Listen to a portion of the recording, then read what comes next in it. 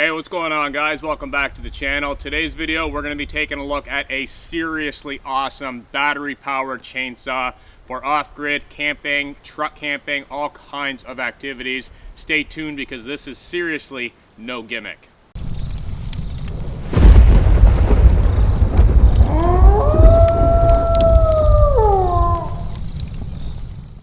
Alright, so let's get started with what do I have here on the tabletop. This is a Greenworks 80 volt Pro chainsaw, battery powered, 18-inch bar, loaded full of great features. The reason why I mention that this is not a gimmick, because this actually contends against gasoline chainsaws in so many ways. In this video, I'm going to show you some of the components, the features. I'm going to talk about the pros and cons, and realistically, I can only find one con. So let's get started with the tabletop view of the chainsaw. Okay, so getting started, this is a basic chainsaw shape and design. The saw itself is coming in at 10.8 pounds. That's with no battery loaded inside of it. Mine is the 80 volt Pro version. It does have a sheath with an 18-inch bar, so we might as well get that off of there. The teeth on the saw are absolutely razor sharp right out of the box. I've used this many trips out camping so far, and I have not needed to sharpen it, and it still cuts extremely clean and effortlessly. So it does have a bar lock, and this is all electronic, and we're going to get more into this when I talk about the pros and cons. But this is a physical manual chain lock, so you can lock it for kickback and whatnot, but it also deactivates the electrical components. So this is essentially a safety. So when it's off, it'll cut, and when it's on, it will not cut. No matter how many times you squeeze the trigger, it will not cut. So that is a great feature. It's got this nice wraparound handle, so you can hold the saw sideways or vertical. We do have a thumb safety on the switch, so this has to be depressed in order to actually squeeze the trigger, which is another great safety. And then we have a power button on the rear with a little fault code letting you know when the battery's died.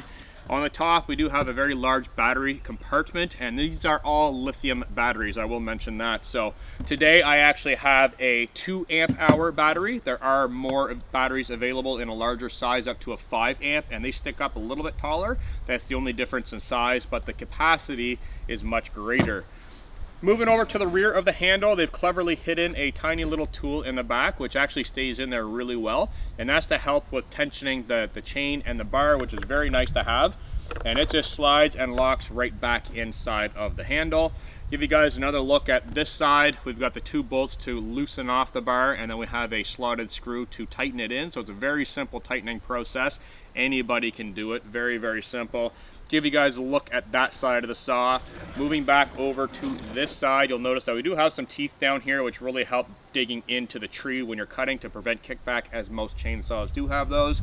And then over here we have our bar oil capacity little tank.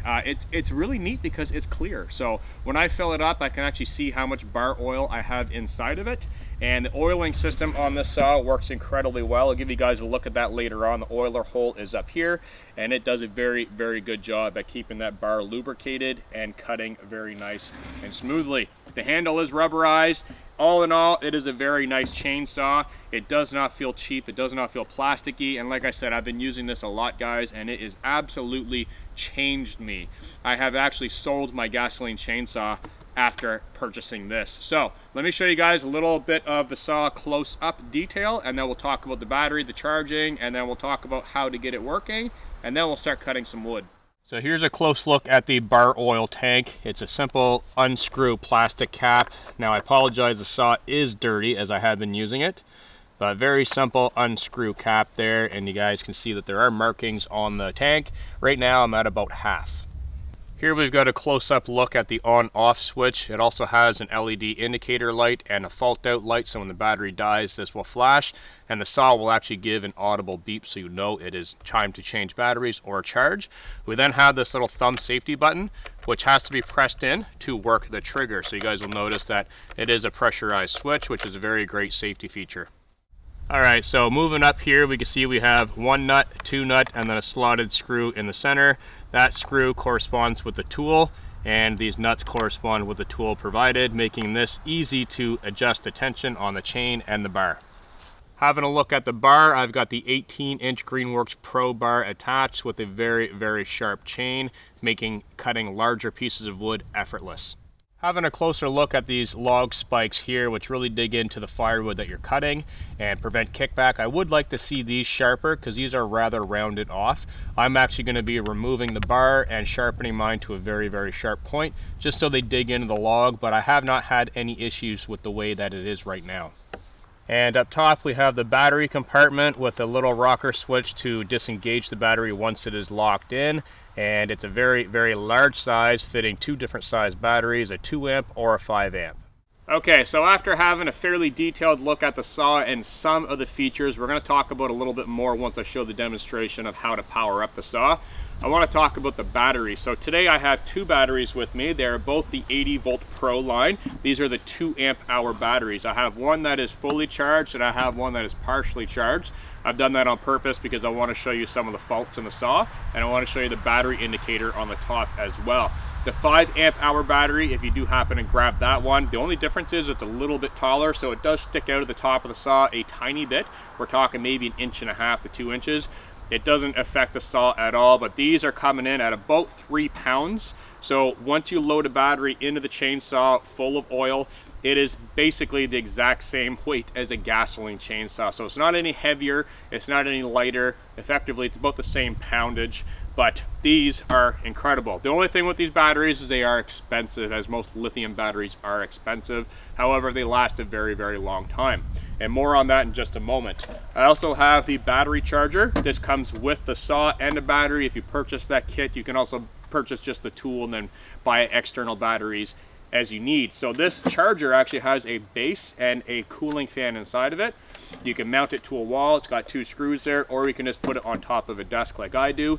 The really interesting thing is these batteries, the 2 amp hours, will go from 0 to 100% charge on this charger in just 30 minutes. That is very, very fast. And we do have an LED on it with indicators showing you how much life is in the battery and how much time is remaining due to how fast it's blinking. So these batteries do have battery indicators on the top, and I'll give you guys a close look at that. It's just a simple press button and it'll light up showing you 1, 2, or 3 bars. One is fully charged, one is almost dead. All right, so here I have 2 identical batteries side by side, 2 amp hour. We've got the battery indicator on the bottom. Simple press of the button gives me 1 bar, so this one's basically out of juice, and this one here is fully charged. All right, so now we're gonna move into how to operate the saw. I just wanna make sure I've got my full battery. So what I'm gonna do is take the battery. There are little holes on the bottom showing you positive, negative, and whatnot. Basically, the letters should stack like that, so the button would be on the rear. It's very easy to find out the orientation of this. So just simply drop it in. It won't lock in. You do have to have a very firm press, and it locks in. And then we got that rocker switch there, so when you want to remove the battery, push down on it, push in on the switch. There are springs in the bottom making this very easy to retrieve, but once it is in there, it is locked in there very nicely. So to power up the saw, even right now if I squeeze, it won't come on because it's not turned on. So if I got the bar lock on, and there is a little power switch on the back, if I press that, the saw is now on, but it's still inactive. I actually unlocked the bar, and if you listen, now that audible beep tells me this is ready to go. So very carefully push the button in,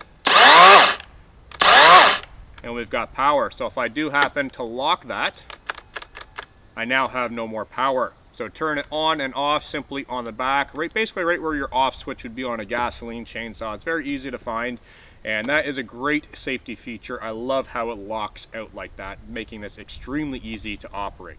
Here's a close-up look at the power button. Simple press, the LED light comes on, letting you know that it is turned on. Simple press again, LED light comes off. All right, so for our very first cut with the saw, I want to start with something that is very common around the house. This is a standard pressure-treated 2x6 piece of lumber. It is wet, it has been outside for a while. Just going to take a couple cuts out of it so you guys can see how clean it cuts. Very simple. It will cut full-size trees as well. So don't think that this is just going to be a saw for cleaning up little yard debris. This is a top contending saw. So let's get this cut. Simply undo the lock, press the power on, thumb button pressed, and finger on the trigger.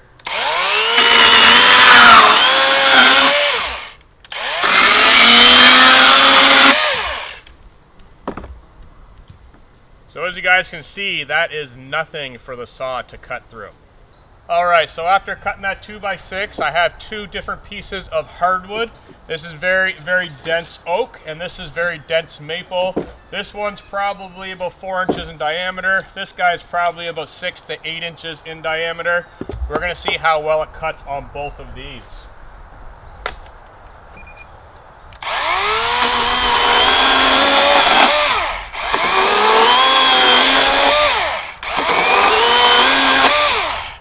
So that's no problem for the saw. Kick that down out of the way. We'll get this bigger guy up here. This piece is a lot more dense, and I should mention they're all wet. They are all wet and they are pretty soggy.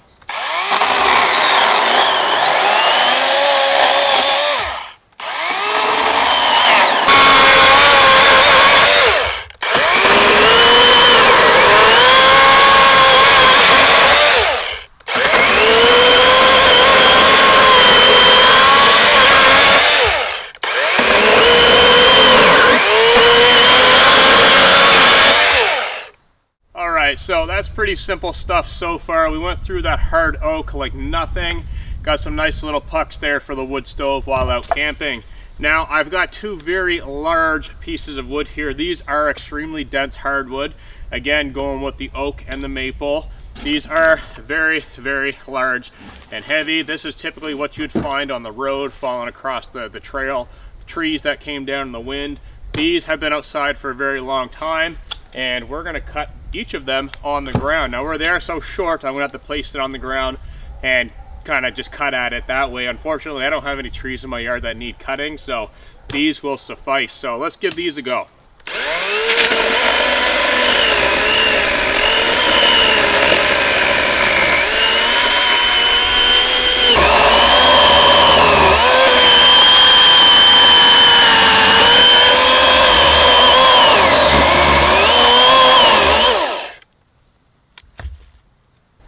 So that's one slab cut. The inside is quite damp and wet, so it does want to grab the bar a little bit, but it's still cut no problem. Now granted, that is not a straight cut.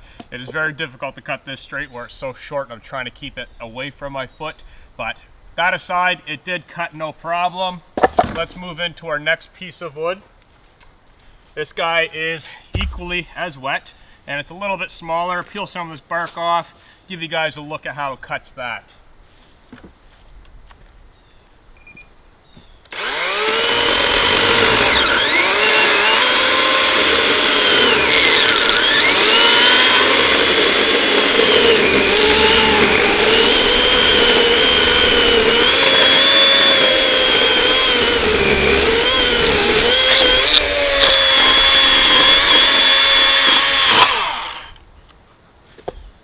Without going too far digging into the dirt, that is pretty much cut through, guys.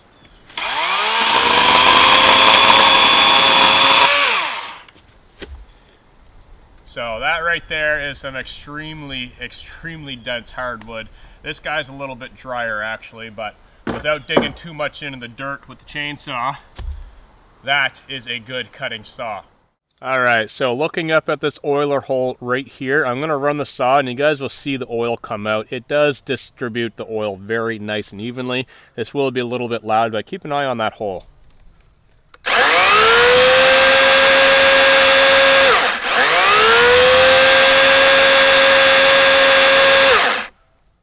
Okay, so I hope cutting different pieces of wood at different sizes was useful to you guys. Just a little demonstration. These larger pieces of wood is really easy to cut with this saw. However, they are short and it's very precarious to try and cut on the ground. I will say, talking about battery life and strength of the saw, I have cut very large trees of pine and spruce and even oak and maple of this size, and I've confirmed 50 to 55 cuts before I need to recharge the battery.